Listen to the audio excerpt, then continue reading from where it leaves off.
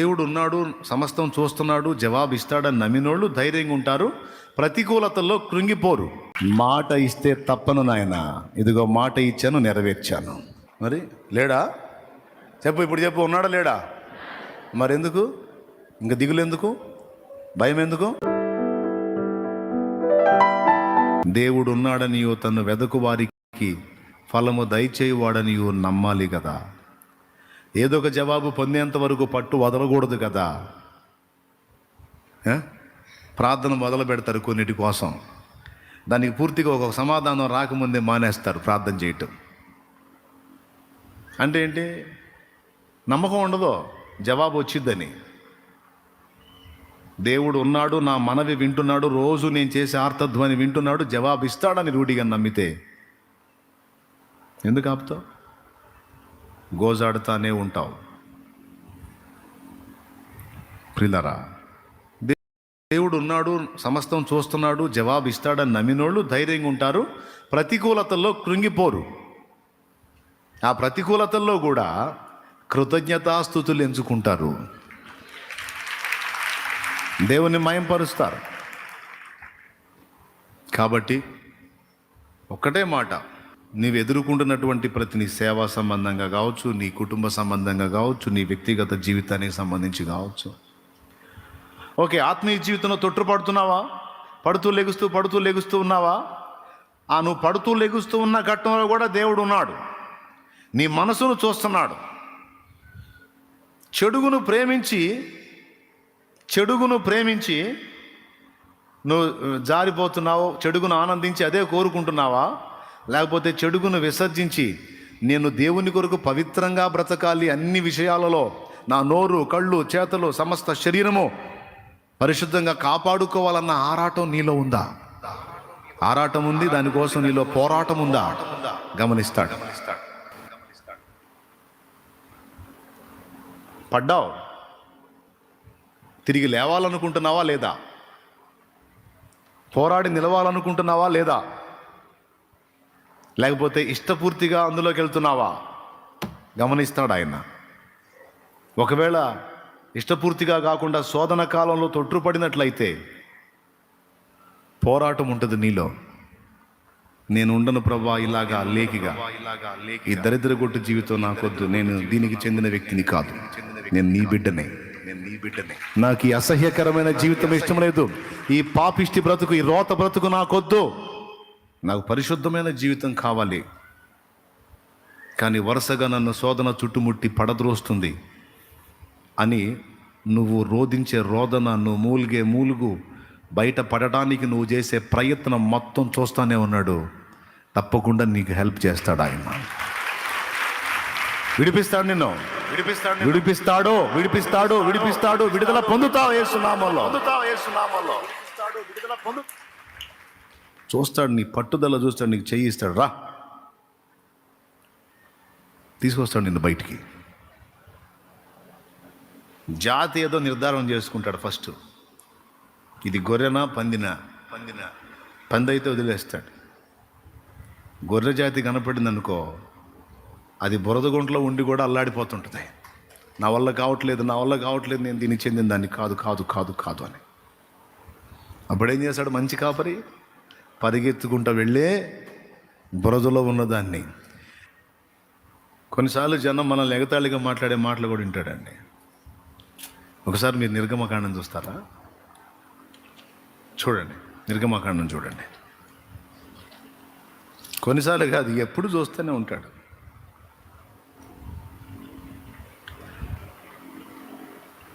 రెండు 14 చదువు.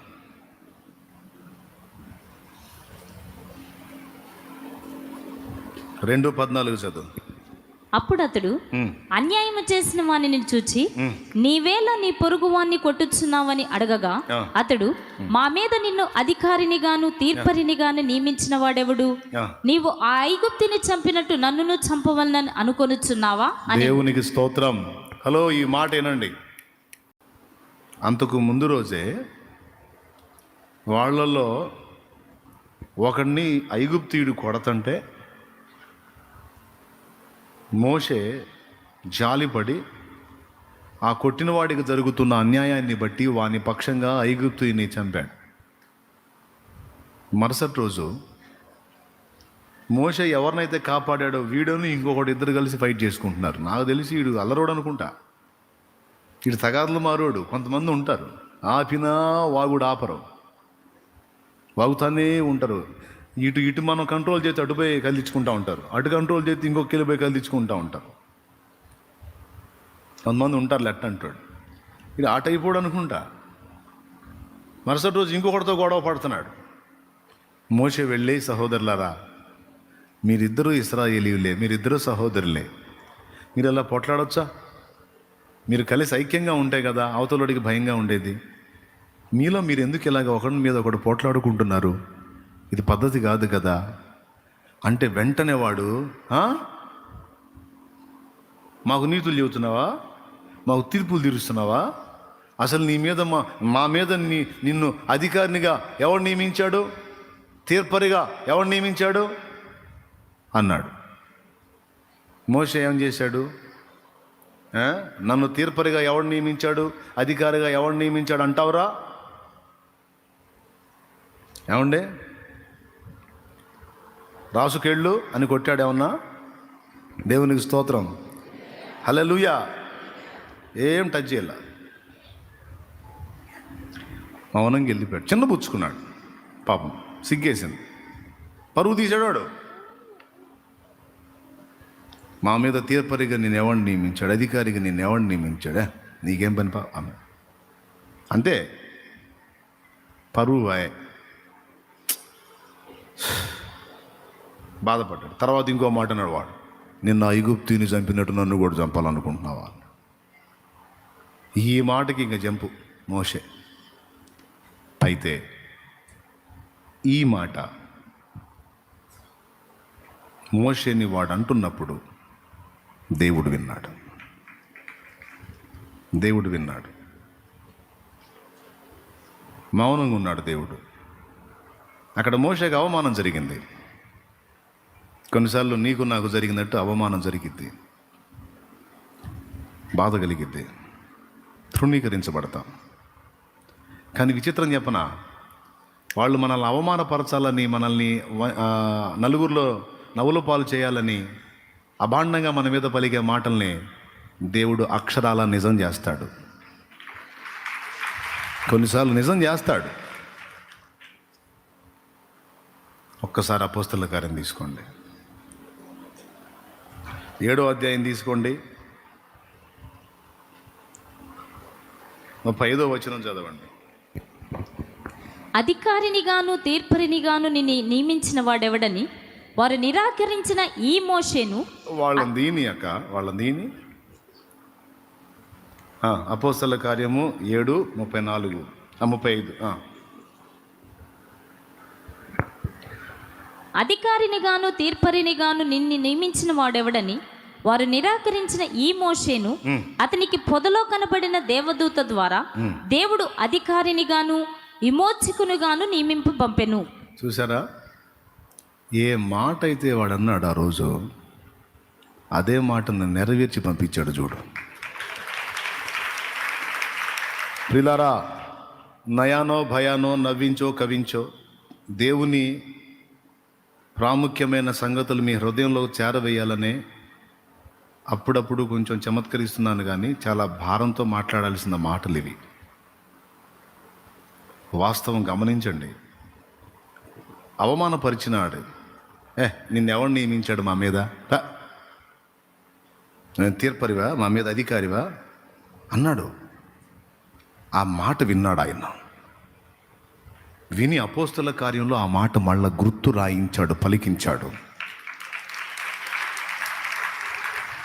ఆ రోజు మోషే, నా సేవకుడైన మోషేని వాడిలా అన్నాడు. ఆ మాట నాకు గుర్తుంది. అధికారి తీర్పరా, ఖచ్చితంగా అదే చేస్తా. నిన్ను ఇలా అన్నారు కదా, నిన్ను ఎగతాళి చేశారు కదా, ఖచ్చితంగా నిన్ను వాళ్ళు ఎగతాళిగా పలికిన ఎగతాళి మాటల్ని నిజం చేసి నిజముగా నేను నిన్ను హెచ్చిస్తా అంటాడు దేవుడు. వాళ్ళ హేళనలన్నీ నిజం చేస్తా పో అంటాడు. హల్లెలూయా. ఒక్కొక్కరిని ఒక్కొక్క టైపులో కొంతమంది ఎగతాళి చేస్తూ ఉంటారు. బా పెద్ద జ్ఞానవంతుడండి, పెద్ద జ్ఞానవంతురాలండి, పెద్ద జ్ఞాని అండి, వినండి అంటుంటారు. నువ్వేం ఫీల్ అవ్వాల్సిన అవసరంలా, ఉన్నాడు విన్నాడు అంతే. నిజంగా వాడు వెటకారంగా అన్నదాన్ని నిజం చేసి చివరికి నీ దగ్గరికి వాడు సలహాకు వచ్చేటట్టు చేస్తాడు ఆయన. భక్తుడండి, భక్తురాలండి, ఎగతాళి. నిజంగా నిన్ను భక్తుడుగా భక్తురాలుగానే చేస్తాడు. నీ భక్తి ఎగతాళి చేయబడింది కదా. అనేకులు వచ్చి నీ దగ్గర దేవుని ఆత్మీయ పాఠాలు, భక్తి పాఠాలు నేర్చుకుంటుంటే వాడే సిగ్గుపడి వాడు కూడా నీ దగ్గరకు వచ్చేటట్టు దేవుడు చేస్తాడు. బో పెద్ద ప్రసంగికుడండి, మహాప్రసంగికుడండి, వెటకారం చేయొచ్చు. కానీ వెటకారం చేసిన వాళ్ళ దగ్గరే వాళ్ళని కూర్చోబెట్టి నీ చేత వాక్యం చెప్పిస్తాడు దేవుడు. హల్లెలూయా. ఏ విధంగా ఎగతాళి చేస్తాడో చేయని, ఆయన ఉన్నాడు వింటున్నాడు. ఈ ఒక్కటి నిరూపణ మీకు చాలు. నిర్గమాలో మోషేనన్న మాట అపోస్తల కార్యంలో మళ్ళా గుర్తు చేస్తున్నాడు. ఎంత సెన్సిటివ్గా గమనిస్తాడో చూడండి, ఆయన ఎంత సున్నితంగా క్యాచ్ చేస్తాడో చూడండి. అట్లా పెట్టుకుంటాడు అంతే. ఓ పక్కన ఈ మాట అన్నారు కదా మీరు, అట్లా ఉండండి రా మీ పని చెబుతానని అటు కూర్చుంటాడు. కథని మలుపులు తిప్పి యోసేపు అన్నలు ఏమన్నారు? వీని చంపి పాతి పెట్టుదము రమ్ము, వీని కలలు ఏమగునో చూతము అన్నారు. వీడు తడవకొచ్చి, అన్న చొప్పకట్లో 11 చొప్పకట్లో ఓ చొప్పకట్ట ముందు సాష్టాంగ పడ్డాయన్న అంటాడు. ఏందిరా దర్శన భావం అంటే?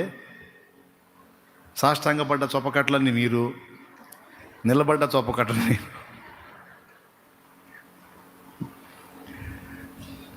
వీడి కలలు, పని పాట లేకుండా తిని నిద్రపోయేవాడి కలర్ రాకేమొస్తారా? అడవుల్లో పడి ఈంతున్న గొర్రెలు కాస్తుంటే మనకు తెలిసిద్ది బాధ. ఆ పెద్ద ఆయన దగ్గర ఉండి కాలిపీలి తిరుగుతుంటే వీడికి ఏం తెలిసిద్దిరా? వీడిని చంపి చూడండి. అసలు ఇంకొక మాట ఏమన్నాడు? మీరందరూ వచ్చి నా కాలు మొక్కుతున్నారంట, నాకు దేవుడు చూపించాడు అన్నాడు. ఈయన ఉదారం, అన్నలు మంచోడు అన్నట్టు వాళ్ళకి చెప్పాడు. సహజంగా అన్నలు ఏమంటారంటే, నిజంగా అంత గొప్పోడు అయితే ఇంకా కావాల్సిందే ఉందిరా తమ్ముడా, నిజంగా దేవుడు నిన్ను అంత గొప్పోడిని చేస్తే మేమందరం నీకు సాష్టాంగ పడే అంత గొప్పోడిని నిన్ను చేస్తే ఇంకా కావాల్సింది ఏముందిరా? ఎక్కడో ఎవడికో సాష్టాంగ పట్టడం కన్నా మా తమ్ముడు నీ కాలు మొక్కటంలో మాకు ఇబ్బంది ఏముందిరా? కానీ నేను ఆయన అనే టైప్ వాళ్ళు. ఆహా, చిన్న పెద్ద కూడా లేకుండా పిచ్చి పిచ్చి కళలకు అంటున్నాడు వీడి కాలు మొక్కుతున్నాం అంటాం. వీడిని ఏం చేయాలి? అసలుకి పగబట్టారు వాళ్ళు. ఆదికాండంలో యోసేపు వాళ్ళ దగ్గరకు వస్తున్నప్పుడు తీరా సలోమి 37వ అధ్యాయం 8వ వచనం. ఇందాక ఆగమన్నా, నేను ఇప్పుడు ఆగావా? ఆహా, నువ్వు కూడా పగ తీర్చుకుంటావు అన్నమాట. సరే చదువు. అందుకు అతని సహోదరులు, నీవు నిశ్చయముగా మమ్ము నేరదవా, మా మీద నీవు అధికారి వగుదువా అని అతనితో చెప్పి, అతని కలలను బట్టియు అతని మాటలను బట్టియు అతని మీద మరింత పగపట్టిరి. దేవునికి స్తోత్రం. నువ్వు మమ్మల్ని వెళ్తావా, మా మీద అధికారి అవుతావా, మేమందరం నీ కాలు మొక్కాలా అని పగబట్టారు. తర్వాత యోసేపు వాళ్ళ దగ్గరికి వెళ్తున్నప్పుడు వీడిని చంపేద్దాం, అప్పుడు వీడు మనకు చెప్పాడే మనం వాడి కాలు మొక్కుతామని, వాడు మన మీద అధికారం అవుతాడని, వెళ్తాడని చెప్పాడే, అవన్నీ బుస్ అయిపోతాయి అని చంపేద్దాం అని యోసేపు వాళ్ళని పలకరిద్దామని తండ్రి చేత పంపబడి అన్నల దగ్గరికి వస్తుంటే వాళ్ళు ఏమనుకున్నారు? కనపడిందా? 19వ వచనం. అధ్యాయం చెప్పు. 37వ అధ్యాయం 37, ఆదికాండం 37:19 చూడండి. వారు, ఇదిగో ఈ కలలు కనువాడు వచ్చుచున్నాడు, వీని చంపి ఇక్కడున్న ఒక గుంటలో పారవేసి దుష్టమృగము వీని తినివేసినని చెప్పుదుము. అప్పుడు వీని కలలేమగుదుమో చూతుము రండని ఒకనితో ఒకడు మాట్లాడుకుని. ఓరే పిచ్చోడా, కలలేమవుతాయింది? కల చూపించిన వాడు దేవుడు, దాన్ని నెరవేరకుండా ఆపేవాడు ఎవడో? ఆపగలవాడెవడు? దర్శనమిచ్చింది దేవుడు, ప్రత్యక్షతనిచ్చింది దేవుడు, వాక్కు పలికింది దేవుడు. పలికినవాడు దేవుడే అయితే దాని నెరవేర్పును భూమి ఆకాశముల తల క్రిందులైన సూర్యచంద్రాదులు వెదురు తప్పిన దాన్ని ఎవడు రద్దుపరచలేడు. ఈయన చంపి పాతి పెట్టేద్దాం, ఇది కళ్ళు ఏమవుతాయో చూద్దాం అనుకున్నారు. చేశారా మరి? ఏంది ఆళ్ళ బుర్రలకే తిప్పేశాడు బోల్టు, గుంటలో వేసారు. మళ్ళీ ఆళ్ళలో ఒకడికి ప్రేరణ కలిగించి బయటికి తీపిచ్చాడు. మీరు గమనించినట్లయితే ఒక అద్భుతమైన రహస్యం చెప్పేసి ముగించేస్తాను నేను.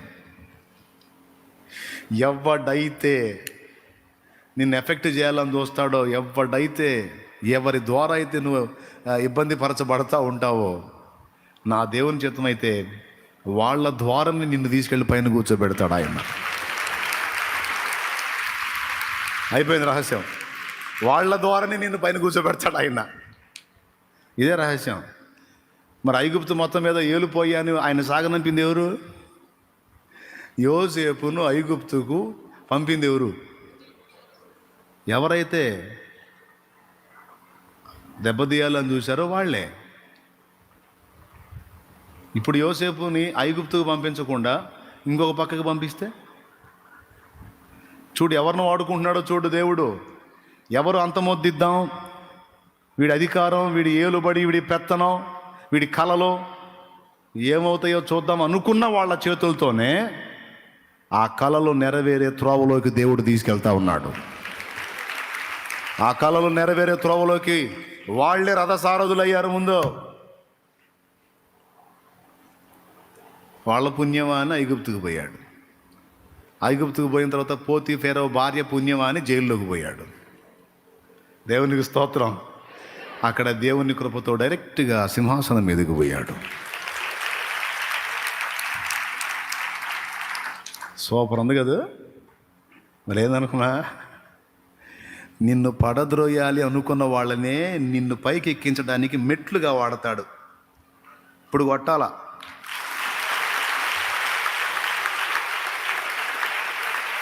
వాళ్ళనే వాడతాడు. నిన్ను నాశనం చేయాలనుకున్న వాళ్ళనే వాడతాడు ఆయన. మహారోషం పంతం పెట్టుకుంటే మనుషులతో పెట్టుకోవచ్చు, కానీ దేవుడితో పెట్టుకోకూడదు. ఎన్ని ఉన్నాయనుకున్న బైబిల్లో. ఇశ్రాయేల్లో మగపిల్లలందరినీ నైల్ నదిలో పడేయమన్నాడు. ఆ ఇశ్రాయేలీయుడే వాడిని, వాడి తర్వాత తరాన్ని కూడా తన్ని జనం మొత్తాన్ని తీసుకెళ్లేవాడే పోయి ఆ ఫరో ఒళ్ళో ఆడుకుంటున్నాడు. ఏం చేస్తాడు? తిప్పుతాడు అంతే, మలుపు తిప్పుతాడు. కథ మొత్తం ఆయన చేతిలో ఉంది. ఎడు తిప్పితే ఎడు తిరిగిద్ది. దాన్ని ఎవడు రద్దు చేస్తాడు? మేధావి, మహాజ్ఞాని. ఎగిరే ఎద్దు చేతనే గంతం ఊపించటం యేసయ్యకి బాగా తెలుసు. నిన్ను వద్దు, చర్చికి వద్దు వద్దు అనేవాడే బండి మీద తెచ్చి వదిలిపెట్టి కూర్చొని మోకాళ్ళు హల్లెలూయా హల్లెలూయా హల్లెలూయా అంటాడు. ఇప్పటికీ చాలామందిని అటు చేశాడు దేవుడు, నీ పట్ల కూడా చేస్తాడు. నిన్ను కాదు కూడదని అడ్డు తగిలే వాళ్ళే మోకాళ్ళుని హల్లెలూయా హల్లెలూయా హల్లెలూయా అంటాం చూస్తావు నువ్వు. ఆల్రెడీ కొంతమంది చూశారు, నువ్వు కూడా చూస్తావు.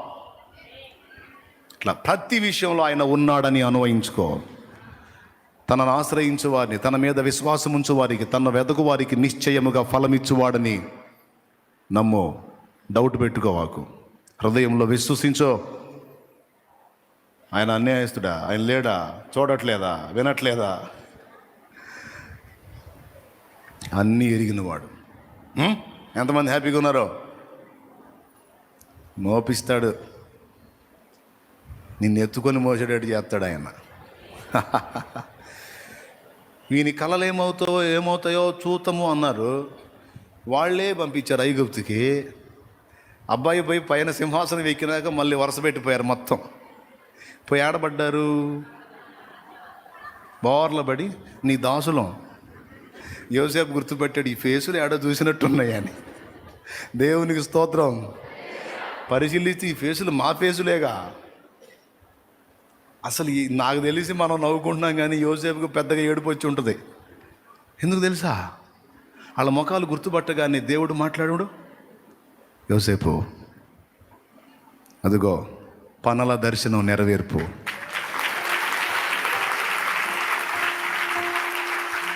మాట ఇస్తే తప్పను నాయన, ఇదిగో మాట ఇచ్చాను, నెరవేర్చాను.